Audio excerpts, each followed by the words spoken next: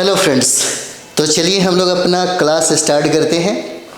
और हम लोग आज देखिए एक बात आपको बता दें, अगर आप पीआरटी के लिए है ना, पीआरटी के लिए पढ़ रहे हैं 1 to 5 के लिए और जीएस 40 प्रश्नों के लिए पढ़ रहे हैं, तो यहाँ पर बहुत ऐसे विद्यार्थी को लग रहा होगा कि क्या पढ़ा जाए क्या नहीं पढ़ा जाए, है ना। तो आपको हम बता दें क्या पढ़ें और क्या छोड़ें। बहुत लंबा वक्त बीत जाता है इसे समझने में। यही वजह है कि बहुत ऐसे आप विद्यार्थी देखते होंगे कि 2 महीना पढ़ा और रिजल्ट ले लिया। बहुत ऐसा विद्यार्थी आपने देखा होगा कि आप ही के साथ दिन भर मस्ती कर रहा है, एंजॉय कर रहा है, पार्टी सार्टी कर रहा है और रात में 4 घंटे पढ़ता है और पता चलता है कि बीपीएससी का पीटी ले लिया डेली पढ़ के। क्यों ऐसा होता है? क्योंकि उस बंदे को ये बात पता है कि क्या पढ़ना और क्या छोड़ना है। बहुत बड़ा और मोटा मटेरियल देख कर के खुद परेशान हो जाएंगे। बीपीएससी टीचर में बहुत ऐसे विद्यार्थी हैं जिनको सटीक मटेरियल कम ही होता है, ज़्यादा नहीं होता है ना। आप देखिएगा तो बहुत अच्छा जो खाना मिलता है, बहुत अच्छा खाना, उसकी मात्रा बहुत कम होता है, जिसमें हेवी प्रोटीन, लवण, खनिज पाए जाते हैं, है ना। कुछ ऐसे मटेरियल है, कुछ ऐसे फूड्स हैं जो एकदम कम मात्रा में मिलेगा लेकिन सबसे महंगा होगा, सबसे महंगा। कुछ ऐसे फूड्स होते हैं जो ढेर सारे मिलेंगे, सस्ता होगा और आपके बॉडी के लिए भी ज़्यादा लाभदायक नहीं होता है। हमें ये बात समझना होगा। हमें, अगर आप पढ़ रहे हैं पीआरटी 4.0 के लिए, आप तैयारी कर रहे हैं, है ना, तो ये बात तो आपको समझना होगा। ऐसा नहीं 1.0, 2.0, 3.0, है ना। बहुत, यानी कि 3 चरणों में एग्ज़ाम लिया, तो 3 चरणों को समझने के लिए, है ना, 3 चरणों को समझने के लिए और अपने स्ट्रेटजी को बनाने के लिए 3 चरण काफ़ी होता है ना। तो चलिए हम लोग प्रारंभ करते हैं। गांधी के प्रकार क्यों? कभी कभी ऐसे प्रश्न पूछ देते हैं और बनता भी नहीं है।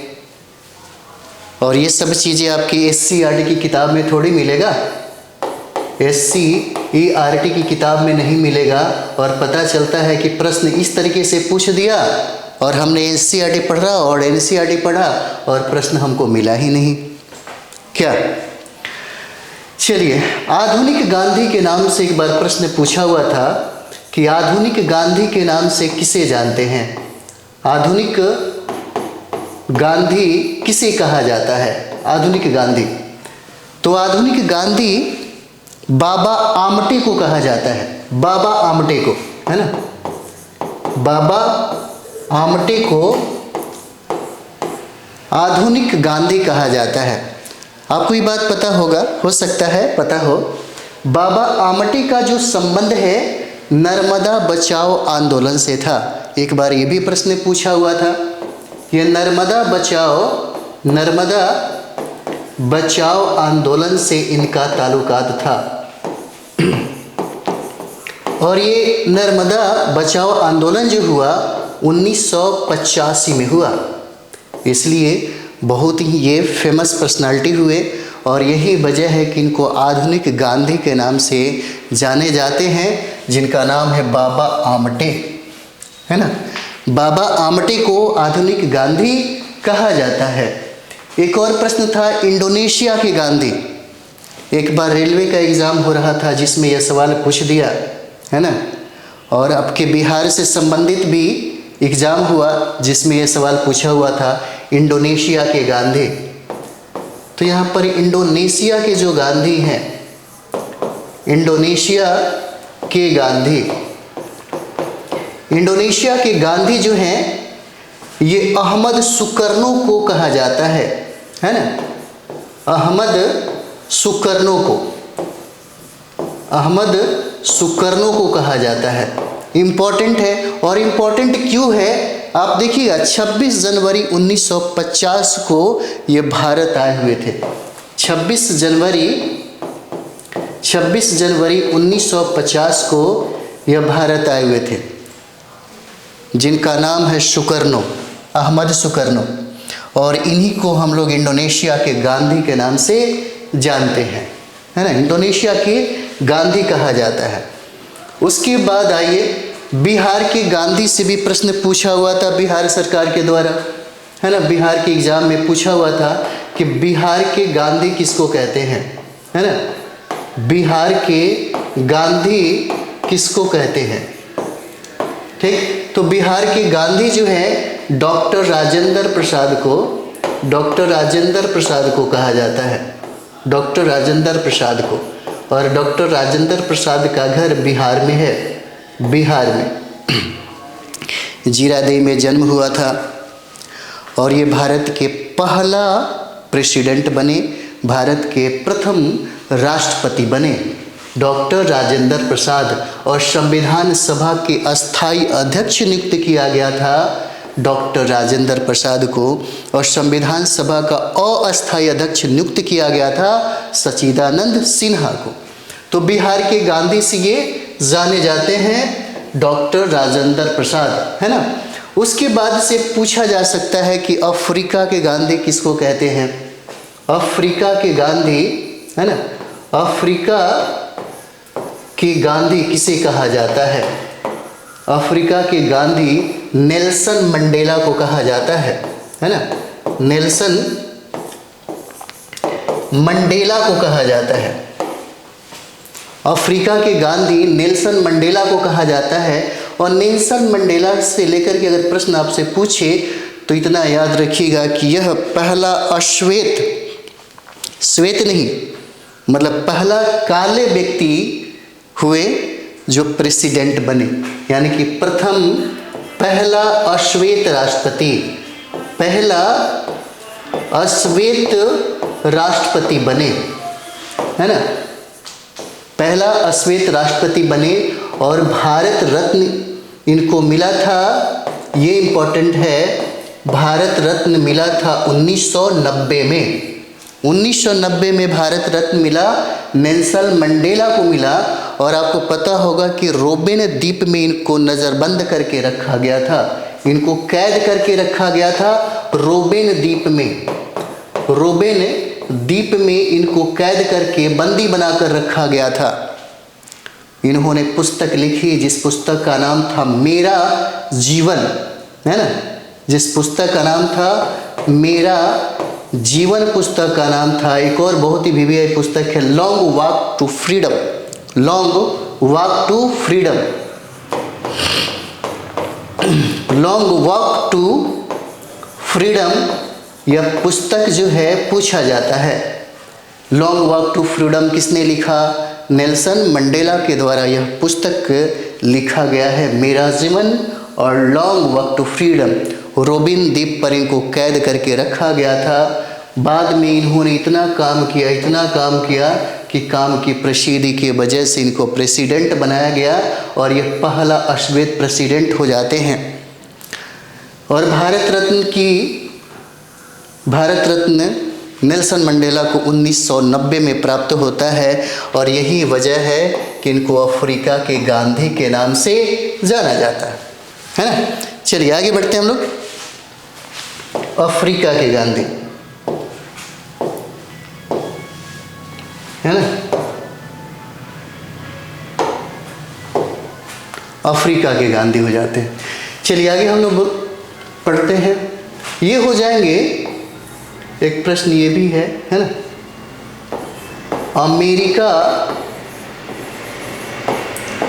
अमेरिका के गांधी। एक बार प्रश्न ये पूछा गया था, अमेरिका के गांधी किसको कहते हैं? तो मार्टिन लूथर किंग को कहा जाता है। मार्टिन, है ना, मार्टिन लूथर किंग को कहा जाता है। ठीक, अमेरिका के गांधी मार्टिन लूथर किंग को कहा जाता है और इन्हीं को ब्लैक गांधी भी कहा जाता है। ब्लैक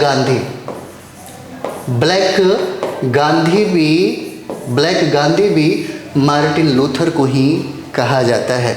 अमेरिका के गांधी और black Gandhi Martin Luther king को कहा जाता है। केनिया के गांधी है ना, केनिया के गांधी जो है, केनिया के गांधी जोमो केनियाटा को कहा जाता है। जोमो केनियाटा है ना।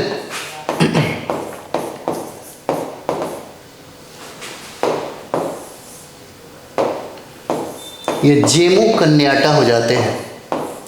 जोमो हो जाएंगे केनियाटा। नाम भी अच्छा है।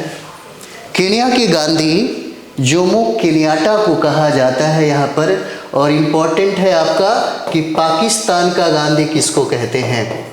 पाकिस्तान का गांधी किसको कहा जाता है ना। तो पाकिस्तान का गांधी जो है मोहम्मद अली जीना को कहा जाता है। मोहम्मद अली जीना को कहा जाता है ना। मोहम्मद अली जीना को कहा जाता है, पाकिस्तान का गांधी कहा जाता है ना। अमेरिका के गांधी मार्टिन लूथर किंग को कहा जाता है। ब्लैक गांधी भी मार्टिन लूथर किंग को कहा जाता है। और केनिया के गांधी जोमो केनियाटा को कहा जाता है। और पाकिस्तान का गांधी मोहम्मद अली जीना को कहा जाता है। यहाँ पर एक और भी देख लीजिए, बांग्लादेश का है ना, बांग्लादेश का गांधी किसको कहा जाता है। तो बांग्लादेश के जो गांधी हैं, ये बांग्लादेश के गांधी शेख मुजीबुर रहमान को कहा जाता है। शेख मुजीबुर रहमान को कहा जाता है ना। इन्हीं को कहा जाता है, बांग्लादेश के गांधी कहा जाता है। शेख मुजीबुर रहमान को कहा जाता है। और एक चीज़ और भी देखिए, ये शेख मुजीबुर रहमान जो हैं ये अवामी पार्टी के संस्थापक थे। अवामी पार्टी के संस्थापक, अवामी पार्टी के ये संस्थापक हो जाते हैं। पार्टी के संस्थापक हैं, संस्थापक हो जाते हैं। और शेख मुजीबुर रहमान बांग्लादेश के प्रथम, ये बांग्लादेश के प्रथम राष्ट्रपति भी बने। प्रथम राष्ट्रपति बने, बांग्लादेश के प्रथम राष्ट्रपति बने शेख मुजीबुर रहमान। चलिए आगे हम लोग बढ़ते हैं। एक और आपसे पूछा जा सकता है, पूछा क्या जा सकता है, बहुत बार पूछा गया है कि सीमांत गांधी किसको कहते हैं। यह बहुत इंपॉर्टेंट आपके लिए भी आई है। सीमांत गांधी किसको कहते हैं या फ्रंटियर गांधी किसको कहते हैं, है ना। फ्रंटियर गांधी किसको कहा जाता है, ये याद होना चाहिए। सीमांत गांधी किसको कहते हैं, फ्रंटियर गांधी किसको कहा जाता है। तो सीमांत गांधी और फ्रंटियर गांधी जो हैं ये खान अब्दुल गफ्फार खान को कहा जाता है। खान अब्दुल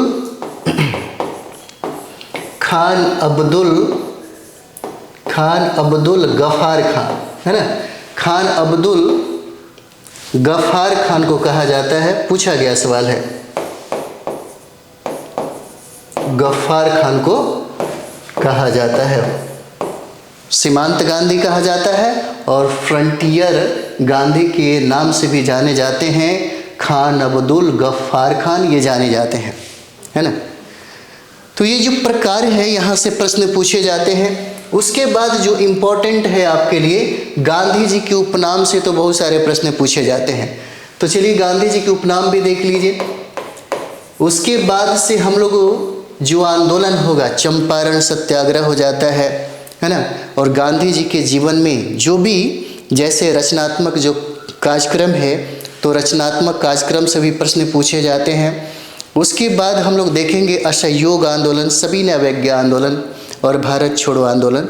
और इसके बीच में जितने भी महात्मा गांधी के द्वारा जो काम किए जाते हैं, उन सारे चीज़ों को हम लोग विस्तार से पढ़ेंगे, है ना, ताकि प्रश्न न छूटे। तो गांधी जी के उपनाम, है ना, गांधी जी के चलिए यहाँ पर देखते हैं, गांधी जी के उपनाम देख लीजिए, क्योंकि यहाँ से प्रश्न बहुत बार पूछा गया है ना, और ये टॉपिक जो है इम्पोर्टेंट हो जाता है। जैसे पूछा गया कि महात्मा गांधी को बापू किसने कहा, महात्मा गांधी को बापू किसने कहा, है ना। तो महात्मा गांधी को बापू कहा जवाहरलाल नेहरू ने। जवाहरलाल नेहरू को कभी भी पटा नहीं महात्मा गांधी से, लेकिन महात्मा गांधी अपना सबसे प्रिय चहेता जो है वो मानते थे जवाहरलाल नेहरू को। जवाहरलाल नेहरू ने, है ना, जवाहरलाल नेहरू ने महात्मा गांधी को बापू कहा, बापू कहा। सुभाष चंद्र बोस ने महात्मा गांधी को राष्ट्रपिता कहा। राष्ट्रपिता, है ना, राष्ट्रपिता महात्मा गांधी को किसने कहा, ये प्रश्न पूछा हुआ है, और ये कहा सुभाष चंद्र बोस ने। सुभाष चंद्र बोस के द्वारा, है ना, बोस के द्वारा ये कहा गया।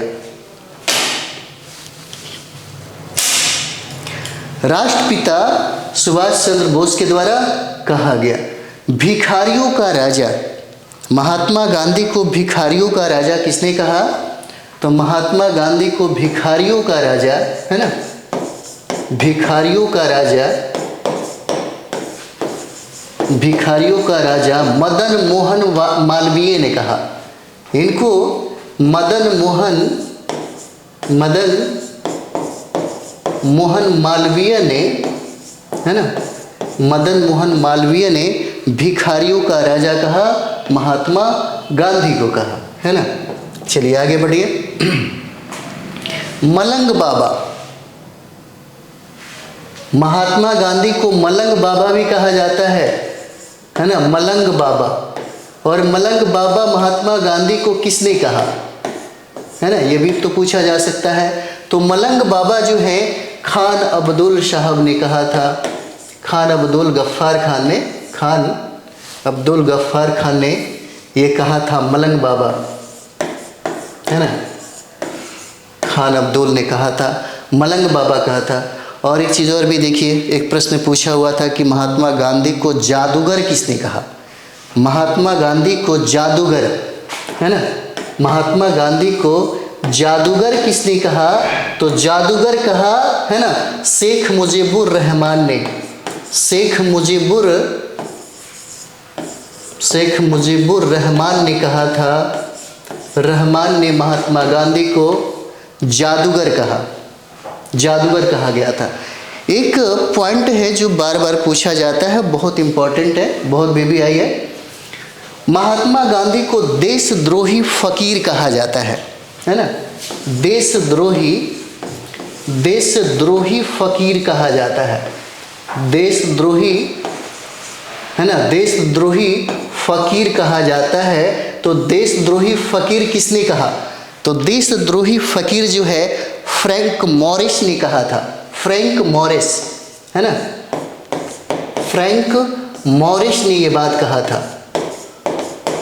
महात्मा गांधी को देशद्रोही फकीर फ्रैंक मॉरिस ने कहा, ये फ्रैंक मॉरिस जाते हैं। और एक चीज़ और भी है, अर्धनंगा फकीर भी कहा गया। महात्मा गांधी को अर्धनग्न फकीर भी कहा गया। अर्धनग्न फकीर जो है चर्चिल ने कहा था, विंस्टन चर्चिल ने ये बात कही थी। और ये बहुत बेबी आई है, बहुत बार पूछा गया प्रश्न है कि अर्धनग्न फकीर किसको कहा जाता है, महात्मा गांधी को कहा जाता है। और अर्धनंगा फकीर किसने कहा, तो ये चर्चिल ने कहा है। अर्धनंगा फकीर जो है किसने कहा, तो चर्चिल ने कहा। एक और प्रश्न है जो बार बार पूछा जाता है कि महात्मा गांधी को, जैसे गांधी जी को महात्मा किसने कहा, तो गांधी जी को महात्मा है ना। और ये महात्मा इतना फेमस हुआ कि महात्मा गांधी कहने लोग लगे, है ना।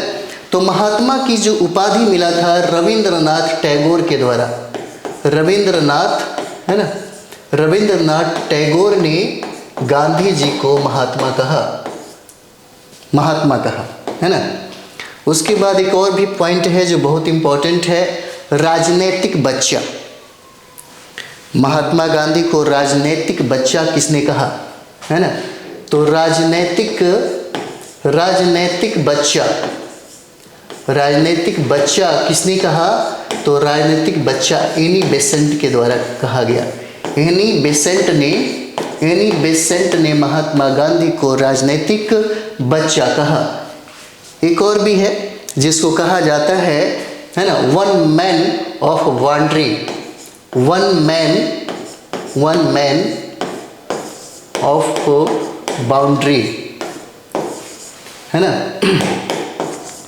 बाउंड्री किसने कहा था, वन मैन ऑफ बाउंड्री किसने कहा, तो इतना याद रखिए, Mountbatten, Lord Mountbatten ने कहा था, माउंट, है ना, बेटन ने कहा था, बेटन ने, लॉर्ड माउंट बेटन ने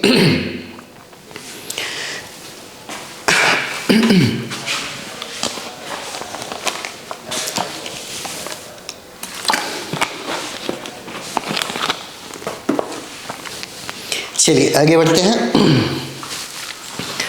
लॉर्ड माउंट बेटन ने one man of boundary Mahatma Gandhi को कहा गया था। अंग्रेजों का सार्जेंट किसने कहा, अंग्रेजों का सार्जेंट जो है किसने कहा, तो अंग्रेजों का जो सार्जेंट है, अंग्रेजों का, है ना, सार्जेंट किसने कहा, तो देखिए जब महात्मा गांधी 1915 में जब भारत पहुँचे, तो भारत पहुँचने के बाद उनको बहुत ही आस्था, श्रद्धा, भक्ति था अंग्रेजी सरकार से। उसी समय 1914 से लेकर के 1918 के बीच में प्रथम विश्व युद्ध स्टार्ट था, प्रथम विश्व युद्ध प्रारंभ हो गया था, और महात्मा गांधी दक्षिण अफ्रीका से चल कर के भारत आते हैं 1915 में। जब भारत पहुँचते हैं तो भारत पहुँचने के बाद उन्होंने भारत के युवाओं से अपील किया कि ज़्यादा से ज़्यादा संख्या में अंग्रेजी सैनिकों में भर्ती होकर के अंग्रेजी सरकार का साथ देना चाहिए, क्योंकि उनकी न्याय प्रणाली, उनके प्रशासन और उनके आदर्शों में बहुत ज़्यादा श्रद्धा, भक्ति और विश्वास था। किसको, महात्मा गांधी को। और यही वजह था, है ना, कि भर्ती कराने वाला सिपाही कहा गया महात्मा गांधी को, यानी कि अंग्रेजों का सार्जेंट भी कहा जाने लगा। और अंग्रेजों का सार्जेंट जो कहा, भारत के लोगों ने कहा, ये भारत के लोग ने इनको सार्जेंट कहा, अंग्रेजों का सार्जेंट कहा गया, है ना। और एक चीज़ और भी हम लोग देखेंगे यहाँ पर, सार्जेंट तो कहा गया। अफ्रीका के जो लोग हैं, अफ्रीका के लोग इनको कर्मवीर कहते थे। महात्मा गांधी को कर्मवीर कहते थे। और कर्मवीर जो कहा जाता था, अफ्रीका के लोग कहते थे इनको, अफ्रीका के लोग कहते थे, अफ्रीका के लोग महात्मा गांधी को कर्मवीर कहते थे। और एक चीज़ और भी है, कांग्रेस की दुल्हन भी कहा गया, महात्मा गांधी को कांग्रेस की दुल्हन भी कहा गया, कांग्रेस की दुल्हन। और कांग्रेस की दुल्हन जो है ना, कांग्रेस की दुल्हन इंपॉर्टेंट है, कांग्रेस की दुल्हन चर्चिल ने कहा, चर्चिल ने महात्मा गांधी को कांग्रेस का, है ना, कांग्रेस की दुल्हन कहा। अगर यहाँ से प्रश्न पूछा जाएगा तो बनेगा, छूटेगा नहीं, बस दिमाग में होना चाहिए, रिवीजन में होना चाहिए कि हमने इतना सब कुछ पढ़ा था, है ना। तो 1893 की बात है। 1893 में महात्मा गांधी को जब लगा कि हमने बैरिस्ट्री की डिग्री हासिल किया, महात्मा गांधी को लगा कि मैं लंदन से जाकर के इतना बड़ा, है ना, वकील बन करके जब भारत आए तो भारत में हम सेवा दें। तब उन्होंने गुजरात और बम्बई में प्रैक्टिस करने लगे, लेकिन उनकी वकालत नहीं चली। एक भारत का सबसे बड़ा वकील का वकालत खुद भारत में नहीं चला, है ना। तब उन्होंने सोचा कि अब मेरा पता नहीं क्या होगा। इसी वक्त अब्दुल्ला एंड कंपनी से संपर्क हुआ और 1893 में महात्मा गांधी जो है अब्दुल्ला को केस लड़ने के लिए दक्षिण अफ्रीका चले गए, दक्षिण अफ्रीका चले गए, है ना। अब्दुल्ला के केस लड़ने के सिलसिले में गए। यहाँ पर अब्दुल्ला के, है ना, अब्दुल्ला के केस लड़ने के सिलसिले में चले गए और वहाँ पे जो गिरमिटिया मजदूरों की हालात जो देखी, इनका दिल जो है उन तकलीफ़ों से भर गया। कभी महात्मा गांधी ने ये नहीं सोचा होगा कि हमें अपने जीवन का 21 साल गुजारना होगा, और महात्मा गांधी इसीलिए वहाँ पर गुजारे क्योंकि गिरमिटिया जो मजदूर थे, ये गिरमिटिया मजदूर भारत के मूलवासी थे। किसी कारणवश अंग्रेज़ों के द्वारा सताए गए और किसी अपने सर्वाइवल के लिए उनको दक्षिण अफ्रीका जाना पड़ा। दक्षिण अफ्रीका में सब काम करते थे, उनसे सारी की सारी सुविधाएं, सारी की सारी काम करवाई जाती थी, लेकिन जो मूलभूत अधिकार जो वहाँ के लोगों को प्राप्त था वो अधिकार इनको प्राप्त नहीं था। और साथ ही साथ रंग भेद की नीतियों के साथ साथ इनके बच्चों के साथ, उनके महिलाओं के साथ बहुत दुराभाव किया जाता था, जिसके वजह से इनके हक और अधिकारों को दिलाने के लिए महात्मा गांधी को दक्षिण अफ्रीका में 21 वर्ष गुजारना पड़ा, है ना। तो दक्षिण अफ्रीका 1893 में यहाँ पर चले जाते हैं। एक चीज़ और भी देखिएगा, यह बहुत बड़ा वक्त है, यह वो बहुत बड़ा समय है कि 1893 में भारत में एनी बेसेंट आई। 1893 में ही एनी बेसेंट जो है, एनी बेसेंट भारत में आई। भारत में पूछा गया सवाल है कि भारत में एनी बेसेंट कब आई? 1893 में। एक बात याद रखिएगा, यही 1893 का वो दिन है जो स्वामी विवेकानंद शिकागो गए थे, और शिकागो जाने के बाद उन्होंने भारत की जो संस्कृति थी, उन संस्कृति को जी व्याख्या उन्होंने दिया। बड़े बड़े दुनिया के बड़े बड़े धर्मों के ठेकेदार वहाँ पर बैठे हुए थे। उसमें बहुत ऐसे लोगों ने कहा कि जिस देश में ऐसा महात्मा हो, वहाँ पर अपने धर्म का प्रचार करना, है ना, सबसे बड़ा अपमान वाली बात हो जाएगी। बात किसकी हो रही थी? तो भारत के संस्कृतियों की बात हो रही थी, भारत के दर्शन की बात हो रही थी। और वो दर्शन जो एक ज़माने में महात्मा बुद्ध के द्वारा पूरी दुनिया के लोगों को उस दर्शन के सामने नतमस्तक होना पड़ा था।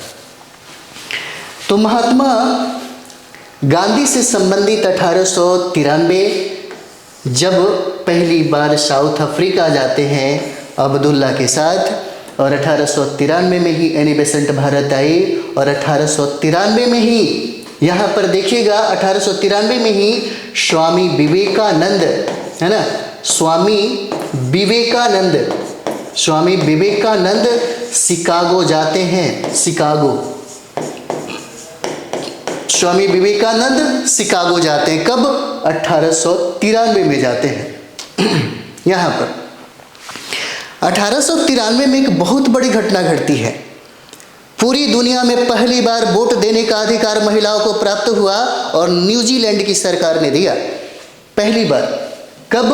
1893 में। 1893 में पहली बार, है ना, पहली बार विश्व के महिलाओं में न्यूजीलैंड की सरकार ने, न्यूजीलैंड में पहली बार महिलाओं को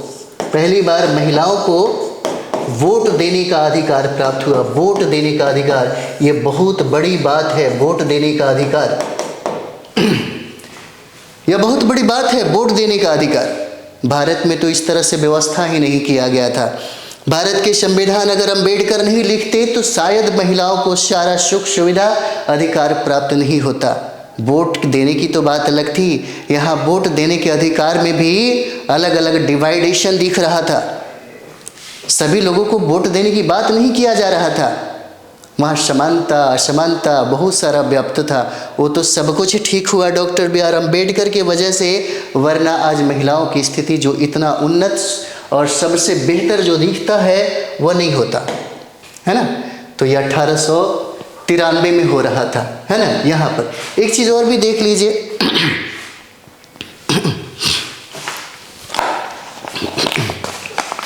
इसी समय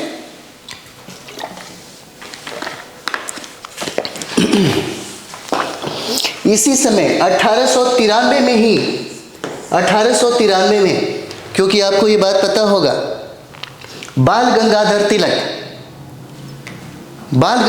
तिलक के भाषण में वो जादू था, वो शक्ति और वो ताकत थी कि लोग बड़ा ध्यान से सुनते थे। अगर कोई व्यक्ति उनके प्रभाव में आ जाए तो वह इंसान कुछ भी कर सकता था। बाल गंगाधर तिलक को ये बात पता था कि भारत के लोगों में राष्ट्रीय चेतना का विकास नहीं हुआ है, भारत के लोगों में राष्ट्रीय चेतना का विकास नहीं हुआ है, और राष्ट्रीय चेतना जब तक भारत के लोगों में नहीं होगा, अंग्रेजी सरकार को यहाँ से भगाना बहुत मुश्किल होगा, जाएगा ही नहीं। भारत के लोगों को तो पता ही नहीं है। तब उन्होंने 1893 में ही इन्होंने गणपति उत्सव मनाया, और गणपति उत्सव यानी कि धर्म का आड़ लेकर के उन्होंने भारत के लोगों में राष्ट्रीय चेतना, ये फीलिंग है, हमें आपसे बहुत मोहब्बत है, इसको दिखाया नहीं जा सकता, इस तरह से पढ़ाया नहीं जा सकता, जताया जा सकता है, फील कराया जा सकता है, है ना, फील कराया जा सकता है। अभी आप देखिए, कोई आदमी गांधी को कुछ कह दे, अंबेडकर को कुछ कह दे, तो अभी तो हमारे भारत के जो गृह मंत्री हैं उन्होंने कुछ कह दिया, भारत के लोग आग लगाने को तैयार हो गए। क्यों? प्रेम, उनके प्रति श्रद्धा, उनके प्रति आस्था, है ना, गॉड लोग मानता है, भगवान से भी बढ़ के मानता है। ये है चेतना जो भारत के प्रति भारत के लोगों का नहीं था। यही तो वजह था 1857 की क्रांति में भारत के लोगों को कोई मतलब ही नहीं था, कोई फीलिंग ही नहीं था, कुछ पता ही नहीं था कि राष्ट्रीयता भी कोई चीज़ होता है। अगर राष्ट्रीयता की आभास भारत के लोगों को अगर होता तो 1857 की क्रांति की दिशा और रूपरेखा जो है वो बदल जाता।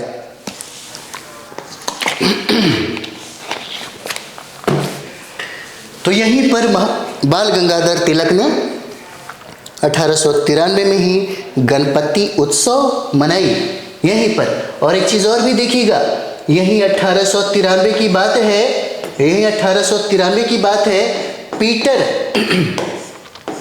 पीटर मारित्जबर्ग ये स्टेशन पे जब महात्मा गांधी यहाँ पर गए तो सबसे ज़्यादा अपमानित इन्हीं को यहाँ पर होना पड़ा था। अपमानित हुए थे, सबसे ज़्यादा अपमानित हुए थे। इनको समझ में आ गया कि काले गोरे में कितना भेदभाव है।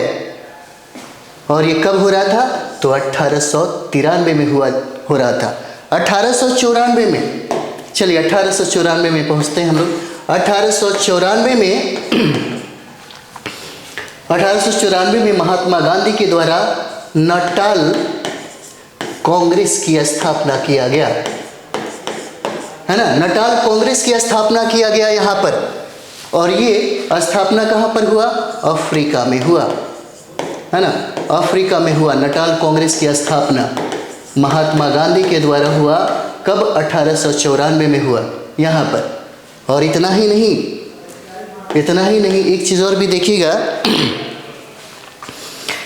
1893 से लेकर के 1915 के बीच में महात्मा गांधी एक बार भारत आए, और एक बार भारत आए 1901 में शामिल भी हुए महात्मा गांधी कांग्रेस अधिवेशन। और वह कांग्रेस अधिवेशन था कलकत्ता का कांग्रेस अधिवेशन। कलकत्ता का कांग्रेस अधिवेशन हो रहा था कब? 1901 में। और इस समय इसकी अध्यक्षता किया था ई दीनशा वाचा के द्वारा। ई दीनशा वाचा के द्वारा इसकी अध्यक्षता किया जा रहा था। और इसी अधिवेशन में, कलकत्ता अधिवेशन में शरीक हुए थे महात्मा गांधी 1901 में पहली बार हुए थे। इम्पोर्टेंट है, हो सकता है आपसे पूछे, क्योंकि पूछा गया सवाल है ये, है ना, यहीं पर। और फिर 1902 ईस्वी में फिर 1902 ईस्वी में महात्मा गांधी जो है अफ्रीका चले गए। 1902 में फिर से दोबारा महात्मा गांधी साउथ अफ्रीका चले गए, है ना। साउथ अफ्रीका जो है महात्मा गांधी चले गए। कब? 1902 में चले जाते हैं। और 1902 में जाने के बाद 1904 में महात्मा गांधी के द्वारा यहाँ पर फिनिक्स आश्रम की स्थापना डरबन में किया जाता है। फिनिक्स आश्रम की स्थापना फिनिक्स आश्रम की स्थापना जो है, फिनिक्स आश्रम की स्थापना डरबन में महात्मा गांधी के द्वारा किया जाता है। कब? 1904 में किया जाता है। और इसमें सहायता रुस्तम जी के द्वारा दिया जाता है। रुस्तम जी, है ना, रुस्तम जी के द्वारा सहायता मिलती है फिनिक्स आश्रम में। और इसी समय गांधी जी सेवा धर्म को अपनाया। इसी समय महात्मा गांधी सेवा धर्म को अपनाया, इसी समय। आगे आप देखते हैं 1906 की बात है। 1906 में, और 1906 में पहला सत्याग्रह महात्मा गांधी के द्वारा किया गया। 1906 में पहला सत्याग्रह किया गया। पहला सत्याग्रह हुआ महात्मा गांधी के द्वारा, पहला सत्याग्रह। और इस पहला सत्याग्रह में जो विरोध किया जा रहा था वह विरोध था रंग भेद विरोध कानून के तहत। वह नहीं चाहते थे कि ऐसा भेदभाव वाला कानून हो, ऐसा भेदभाव वाला कानून हो जहाँ पे मानव की समानता, उनका प्रेम, सब कुछ बिखर के खत्म हो जाए, है ना। तो ये रंग भेदी कानून के विरोध में उन्होंने पहला सत्याग्रह किया। कब? तो 1906 में उन्होंने किया था। और इसी समय की बात है, 1906 में ही महात्मा गांधी के द्वारा यहीं पर लियो टॉल्स्टॉय आश्रम की स्थापना महात्मा गांधी के द्वारा किया गया, यहीं पर। कब? 1906 में किया गया, 1906 में। और आपको पता होगा कि जब विरोध बहुत ज़्यादा बढ़ गया तब 1908 में पहली बार महात्मा गांधी को यहाँ पर जेल दिया गया। 1908 में पहली बार महात्मा गांधी को यहीं पर पहली बार जेल में बंद कर दिया गया। पहली बार जेल गए महात्मा गांधी। कब? 1908 पे। ये भी पूछा जा सकता है आपसे, है ना। तब जाके सभी कानून को दक्षिण अफ्रीका के लोगों को मिल गया। महात्मा गांधी के संघर्षों का परिणाम था कि दक्षिण अफ्रीका में उनको सफलता मिली और वहाँ के लोगों को हक अधिकार, सारे के सारे हक और अधिकार उनको मिल गए। उसके बाद महात्मा गांधी ने सोचा कि चलो अब हमें भारत चलना चाहिए, है ना। तब सोचे कि महात्मा गांधी अब हमें भारत आना चाहिए। और वह दिन था 9 जनवरी 1915 का। 9 जनवरी 1915 का वो दिन था जो SS सुदीव जलयान से, SS, है ना, सुदीव जलयान से महात्मा गांधी भारत पहुँचे। 9 जनवरी को, 9 जनवरी 1915 का वह दिन था। SS सुदीव जलयान से महात्मा गांधी भारत पहुँचे। और भारत कहाँ पर पहुँचते हैं? तो अपोलो बंदरगाह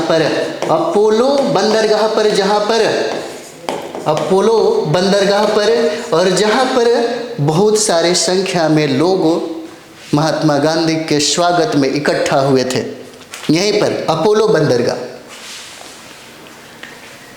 है ना। तो ये जो पॉइंट है VVI है। और इसी कारण 9 जनवरी को हमेशा प्रवासी दिवस के रूप में मनाया जाता है। यही 9 जनवरी को हमेशा प्रवासी दिवस के रूप में प्रवासी दिवस के रूप में मनाया जाता है। और यह प्रारंभ हुआ, प्रवासी दिवस मनाने का जो सिलसिला प्रारंभ हुआ 2003 से प्रारंभ हुआ, है ना। 2003 से प्रारंभ होता है। चलिए यहाँ पर हम लोग देखते हैं एक चीज़ और भी है ना। तो यहाँ से हम लोग फिर से स्टार्ट करते हैं, है ना, ताकि बहुत लंबा वीडियो है अभी, ठीक है। और हम बहुत जल्दी लाइव स्टार्ट करने वाले हैं, 3-3 घंटा आपको बिठाएंगे, है ना। और ज़्यादा दिन नहीं होगा। अगर आप 40, है ना, अगर आपने 40 क्वेश्चन वाला जो बैच आप लिए होंगे जीएस का जो 40 प्रश्न के लिए बैच जो लिए होंगे बहुत हो गया तो 70 दिन में कंप्लीट हो जाएगा। और आप पीआरटी के लिए जो बैच लिए होंगे, पीआरटी के लिए जो 1 to 5 है, ये बहुत हो गया तो 90 दिन में जो 10 सब्जेक्ट है वो 10 सब्जेक्ट आपको यहाँ पर समाप्त किया जाएगा, ताकि आपका 120 में कम से कम 90 प्लस हो जाए और यहाँ जो 40 प्रश्न है वो कम से कम 30 प्लस हो जाए, है ना। ये हम लोग करेंगे, ठीक। तो मिलते हैं हम लोग नेक्स्ट वीडियो में। आप लोग पढ़िए, बहुत अच्छे तरीके से पढ़िए, है ना। Thank you very much.